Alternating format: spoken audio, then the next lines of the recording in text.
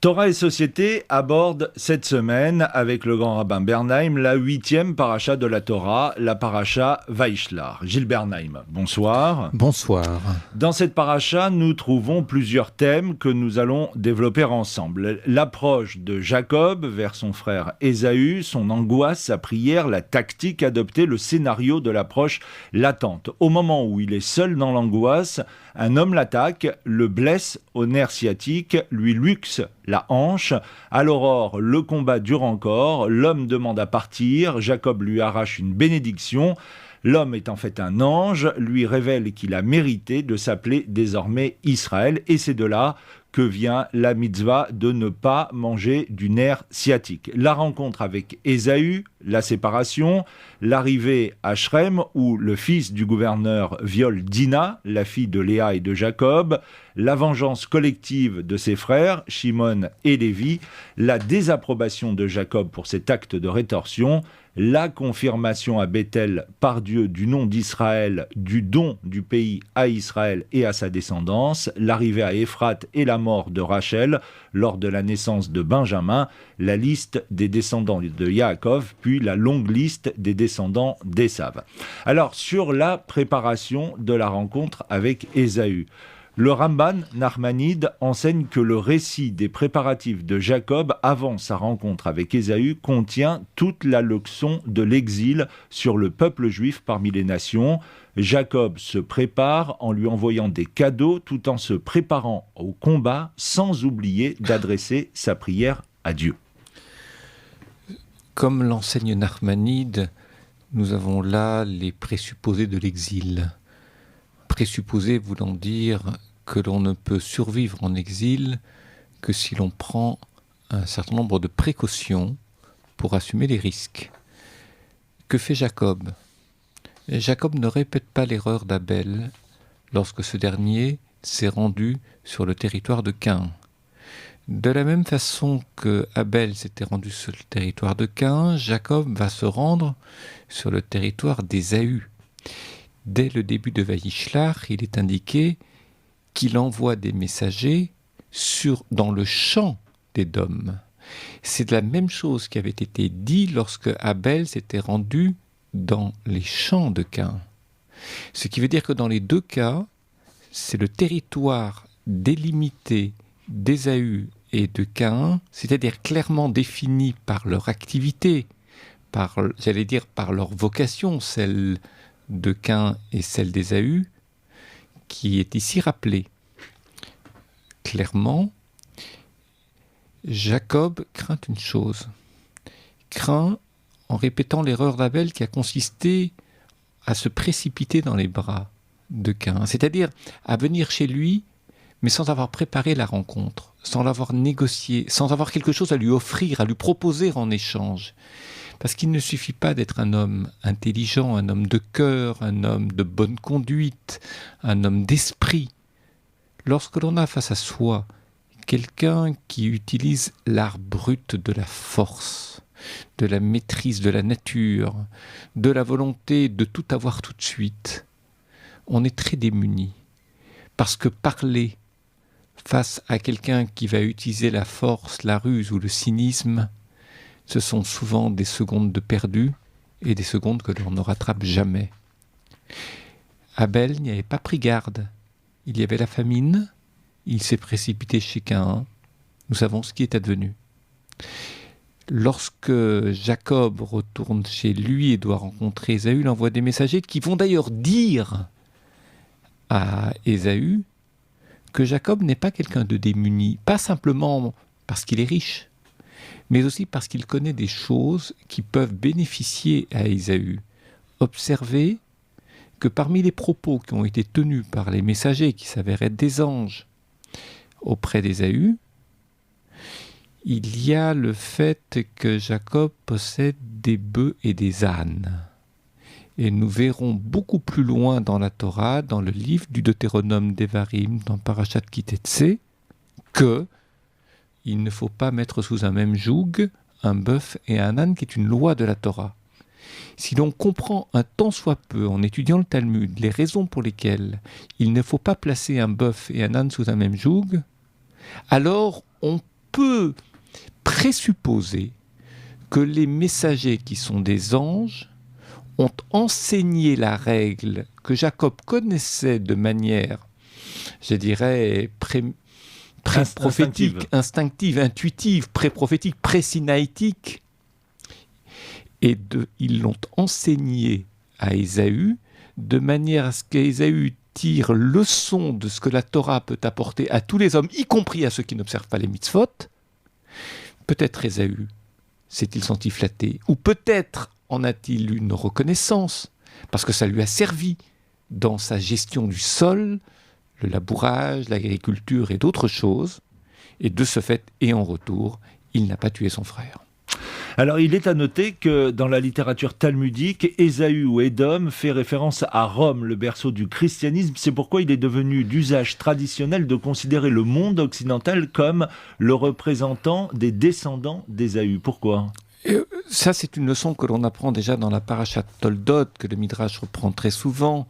Ésaü préfigurant Rome, préfigurant l'Église à partir du moment où le christianisme, c'est-à-dire à partir du moment où Constantin s'est converti au christianisme.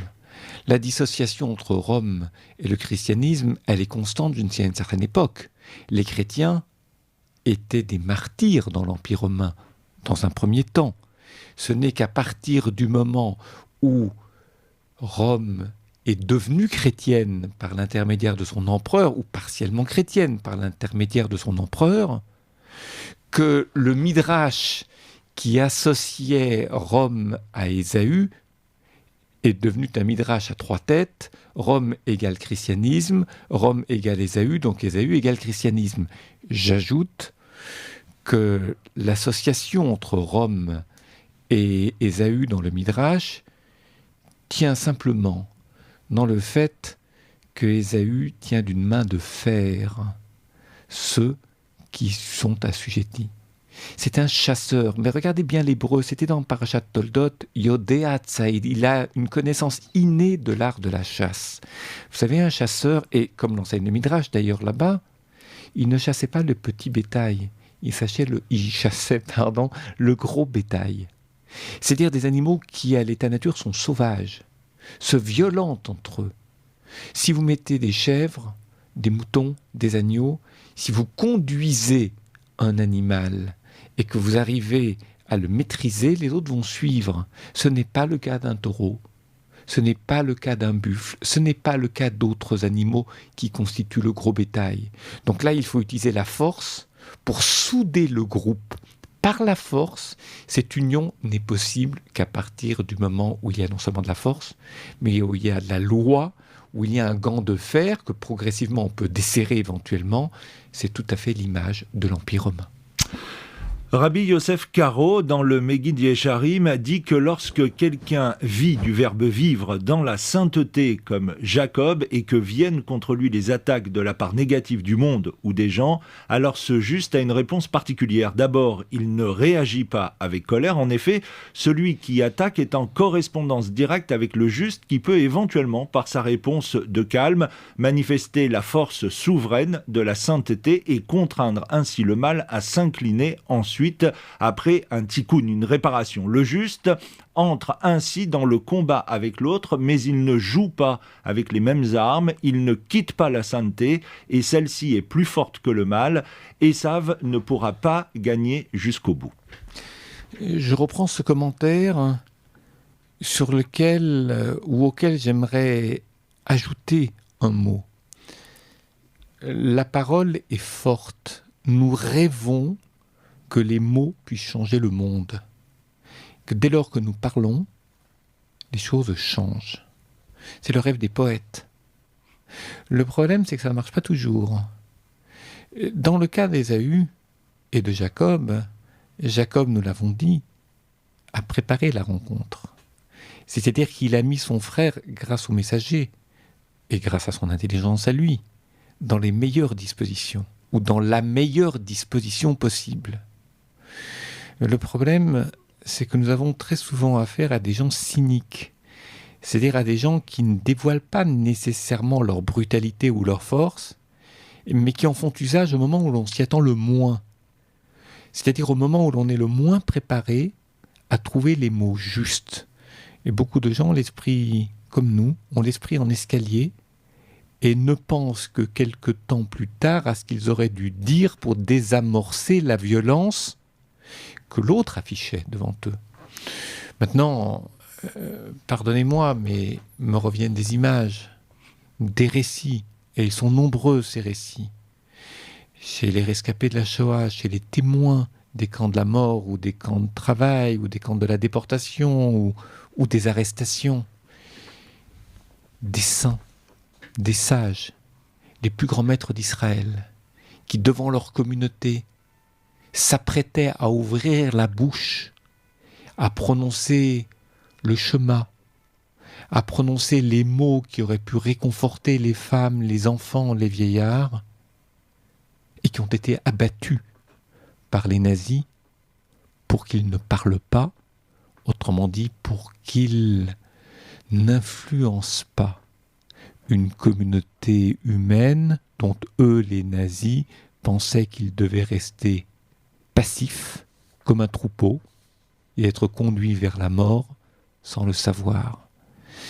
Il faut aussi se rappeler ces récits, ces images, pour ne pas tomber dans l'apologétique, à savoir ces récits miraculeux où un mot a changé le monde. Il y a des mots, des phrases, des récits, des postures qui ont changé le cours de l'humanité, et ça a tenu à très peu de mots et très peu de choses. Et puis il y a eu tant d'occasions manquées, tant d'occasions rendues impossibles par la bestialité d'êtres humains. Autre enseignement, celui de Rabbeinu Bechaye, qui dit que le juste s'effondre d'abord devant le mal, mais que le juste ne reste pas effondré. Rabbeinu Bechaye prend de multiples textes de la tradition qui montrent que le juste n'est pas seulement un fleuve de vie, mais il en est la source. On peut encore vouloir agir contre le fleuve ou contre la source et vouloir la boucher, mais on ne peut détruire le lien de la source à son origine, et la profusion qui se trouve à l'origine de la source est sans limite. Oui, cet enseignement de Rabbeinu Bechaye est très juste, il est très beau, il est très difficile. Il dit en substance qu'on ne peut pas remonter le courant d'un fleuve. Vous ne remontez pas les chutes du Zambèze, vous ne remontez pas les chutes du Niagara. Vous pouvez construire un barrage, vous pouvez créer des canaux de détournement de manière à amenuiser la violence ou à la diminuer, à la restreindre, mais vous ne pouvez pas remonter le courant. Et de manière générale, les miracles ne surviennent pas parce qu'on l'a voulu. Les vrais miracles surviennent parce qu'il s'est passé quelque chose que l'on a accompli, mais dont nous ne mesurons pas l'importance. Parce que sinon on en mesurait l'importance, cela voudrait dire que l'on a une telle confiance en soi que c'est grâce à cette confiance en soi que l'on a pu accomplir ce miracle. Je pense que Dieu sait où sont les parts justes dans notre comportement, dans notre manière de parler, de penser, d'agir, et qu'il prélève là où il y a du bon, parfois du meilleur, parfois de l'extraordinaire, que les hommes ignorent, et c'est peut-être dans ces zones de pénombre, dans ces zones de demi-clarté, que surgissent les actes extraordinaires qui permettent de canaliser la violence, parfois de la détourner, et parfois d'avoir cette impression que l'on a pu remonter un courant, alors que physiquement ce n'est pas possible. Le Talmud, dans le traité Houlin, analyse le combat et les personnages de l'ange qui était Samaël. Certains disent qu'il avait l'apparence d'un non-juif, d'autres au contraire d'un sage juif. Cela doit bien nous faire entendre que la valeur la plus importante peut être de tous côtés et que l'on ne peut faire virer aisément son propre être. De même, toujours dans le traité Houlin, il est rappelé que l'on ne doit plus tromper les non-juifs que les juifs. Et l'un des commentateurs dit que cela nous fait comprendre que l'ange d'Ésaü, qui venait attaquer Jacob, était composé de tendances négatives et dangereuses pour Jacob, mais aussi le contact du combat lui a fait sortir tout le mal dont il était capable, lui a fait atteindre aussi tout le bon qui était en lui.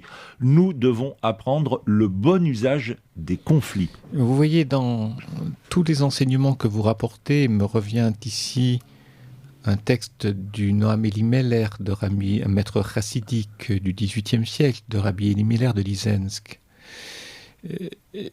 La figure de l'ange est une figure, est la figure d'un sage, est la figure d'un non-juif, elle est la figure d'un méchant, elle est la figure d'un bon. Je ne dis pas que le non-juif n'est pas bon. Je mets des virgules entre chaque expression. Elle est la figure d'un juif ou d'un non-juif, d'un sage ou de quelqu'un qui n'est pas bon, etc., etc. Toutes les hypothèses ont été travaillées par nos maîtres, par les Chazal, les sages d'Israël. Ce qui veut dire que ça peut être un sage d'Israël que cet ange. Il faut lutter contre l'image, l'image idéalisée que l'on a de soi-même.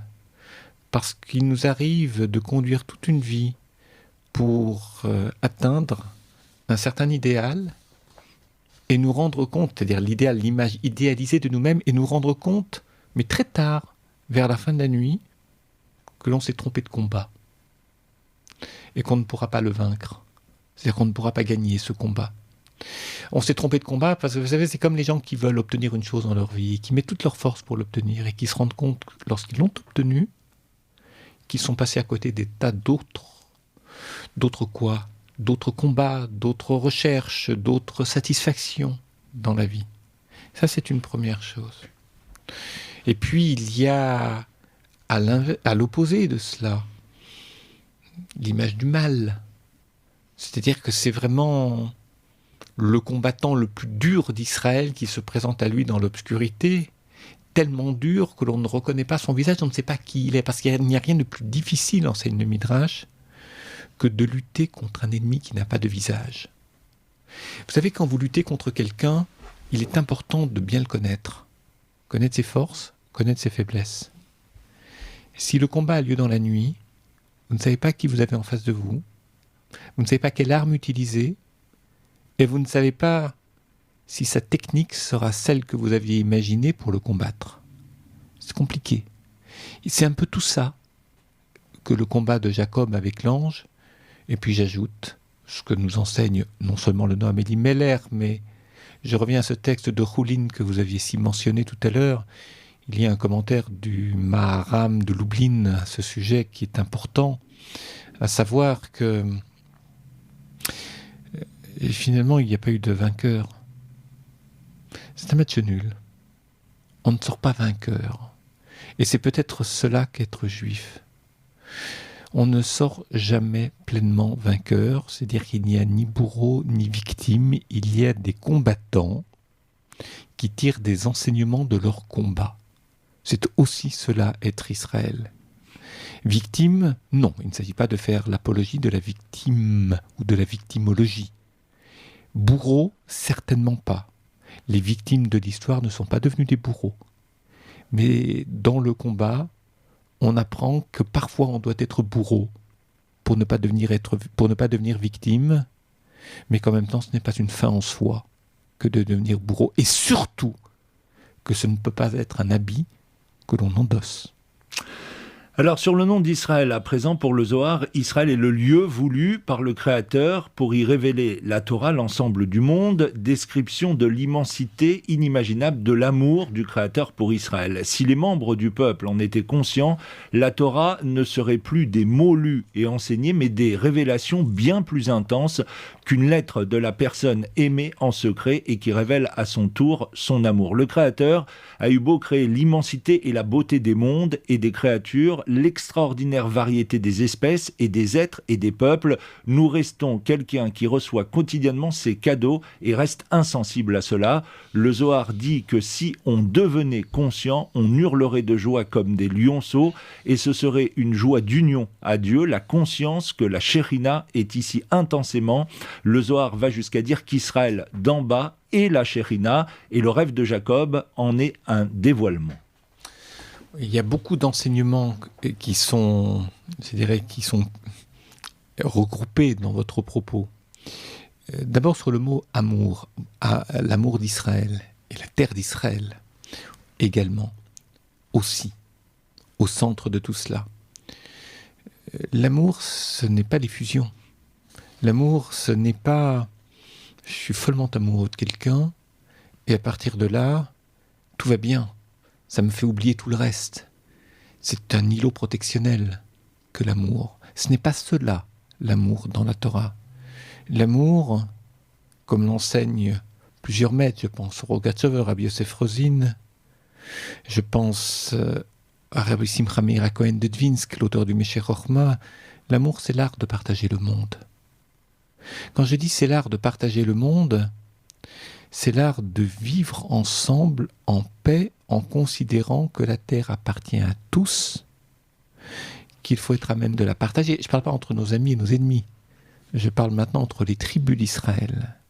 Et que si nous avons une diversité, une complémentarité, c'est aussi cela l'amour que de la décliner au quotidien. Pas de la décliner par des discours.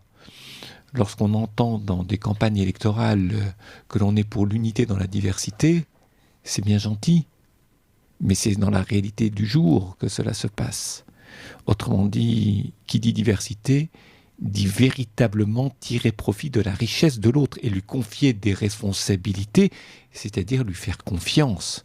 Et pour lui faire confiance, il faut qu'il ait un principe espérance en l'autre, et surtout il faut qu'il ait des dons, et des dons gratuits, des dons non calculés, pas des dons où je vais récupérer la mise en double. Alors c'est mise au double, ou en double comme on veut. Maintenant, si c'est cela l'amour, oui.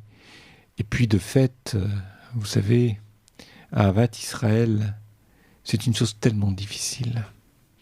L'amour, c'est tellement plus facile d'aimer l'étranger, parce que l'étranger c'est un concept. Israël, c'est une réalité qui est tellement palpable, tellement physique, tellement charnelle, tellement source d'émotions. Difficile. Rabbi Moshe Cordovero, le maître du Hari, dans le Pardes Rimonim, explique que Israël est composé des lettres Isra qui doivent devenir Shir, le chant. On arrive ensuite au chant de El, qui est le nom de bonté. Ce nom Israël démontre, Rabbi Moshe Cordovero, est situé à la fois ici-bas, dans le concret de la réalisation, mais aussi au niveau le plus élevé de l'union entre deux séphirotes, Chorma et Bina. Oui. Là, je retrouve la leçon des kabbalistes de Tzfat, Rabbi Moshe Cordovero, Rabbi Chaim Vital, tout particulièrement. Que disent-ils en substance ? Ils disent que le peuple d'Israël, c'est un agrégat de contradictions, c'est-à-dire de choses opposées. Dans le mot même Israël, vous avez ressorti, mentionnant Rabbi Moshe Cordovero, l'idée du shir, du chant, de l'élévation, de la gloire, l'image ou l'idée qu'il y a quelque chose de suprême qui nous domine. Et puis, il y a Yud Shin Resh, c'est la bagarre, c'est la lutte contre Dieu, avec Dieu, pour Dieu, comme on veut. Il y a de la lutte. Comment peut-on conjuguer la lutte et puis la sublimation, l'élévation, la transcendance ? Je crois que en toute chose, lorsqu'on est juif, on sait mesurer ce qui est de l'ordre de la perte et de l'ordre du gain. Lorsque je dis ce qui est de l'ordre de la perte, il n'y a pas de vie sans perte. Je prends un exemple tout simple. Quand je dis il n'y a pas de vie, il n'y a pas de progression sans perte. Si vous ne mesurez pas vos faiblesses, si vous n'avez pas conscience de vos manques, vous ne pouvez pas progresser. Si vous ne faites pas le deuil de vos petits échecs, c'est-à-dire que si vous ne tirez pas des enseignements de vos échecs dans la vie, vous ne progresserez pas. C'est-à-dire C'est-à-dire, si vous pensez que les échecs ne vous ont rien apporté, que vous voulez les effacer ou les nier d'un revers de main, vous ne progressez pas. Progression, élévation, devenir entier passe par tirer des leçons de ses insuffisances, faire le deuil de ses échecs, avoir conscience de ses manques. La deuxième part de mon propos, c'est convulsif, ce sont des bagarres, ce sont des souffrances, ce sont parfois des chagrins, ce sont des deuils à assumer. Et la première part, la sublimation, l'élévation, la transcendance, le chant, c'est la plénitude de l'être. Lorsque l'on se sent bien, lorsqu'on se sent grand, lorsqu'on se sent fort, lorsqu'on se sent protégé. C'est tout ça Israël. La nuit qui précède la rencontre, Jacob prépare des offrandes, on l'a rappelé, puis sans doute encore, saisi d'angoisse, il se leva durant la nuit, prit ses 2 femmes et ses 2 servantes et ses 11 enfants, et il passa le gué du Yabouk. Rachi interroge alors, pourquoi le verset dit-il ses 11 enfants? N'en avait-il pas 12? Voici le commentaire de Rachi. Et Dina, où était-elle? Jacob l'avait enfermée dans une caisse pour que Ésaü ne puisse porter ses yeux sur elle, et il a été puni pour l'avoir ainsi refusée à son frère. Peut-être l'aurait-elle ramenée vers le bien, et elle est tombée ensuite dans les mains de Shrem. Commentaire assez stupéfiant, comment Rachi, à la suite du Midrash Rabbah, peut-il voir là la cause du viol de Dina par Shrem? N'était-ce pas pour préserver Dina des mains d'un impie?